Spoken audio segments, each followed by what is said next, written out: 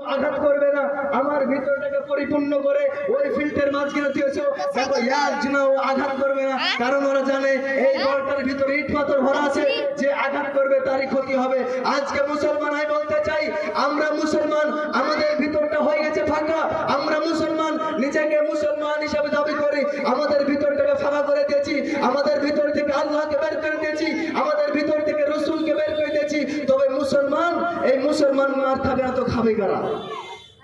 আজ যে আমরা নিজেকে বলে বেড়াচ্ছি মুসলমান, যেখানে যাই সেখানে মার খাই, আমাদের ভিতর থেকে যে রসুলকে বের করে দিয়েছি, আমাদের ভিতর থেকে আল্লাহর ভালোবাসা বের করে দিয়েছি, তবে মুসলমান মার খাবে না তো খাবে কে?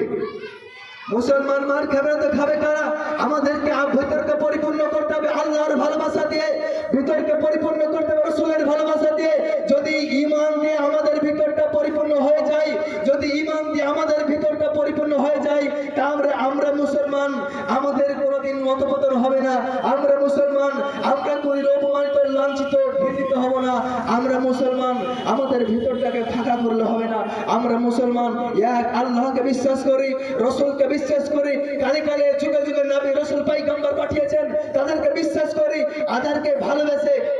ভালোবেসে আমাদের ভিতরটাকে পরিপূর্ণ করতে হবে, ঈমান নিয়ে আমাদের ভিতরটাকে পরিপূর্ণ হতে হবে। যদি ঈমানের হালাতে আল্লাহকে ভালোবেসে না বেসে রসুলকে ভালোবাসে আমরা যদি ভিতরটাকে পরিপূর্ণ না করতে পারি, তবে আজকে মুসলমান আমরা যেখানে যাব সেখানে মার খাবো, আমরা মুসলমান যেখানে যাব সেখানে অপমানিত লাঞ্ছিত ঘৃণিত হব, কারণ একটাই, আমরা আল্লাহর কিতাব রসুল সাল্লাল্লাহু আলাইহি সুন্নাহকে ছেড়ে দিয়েছি।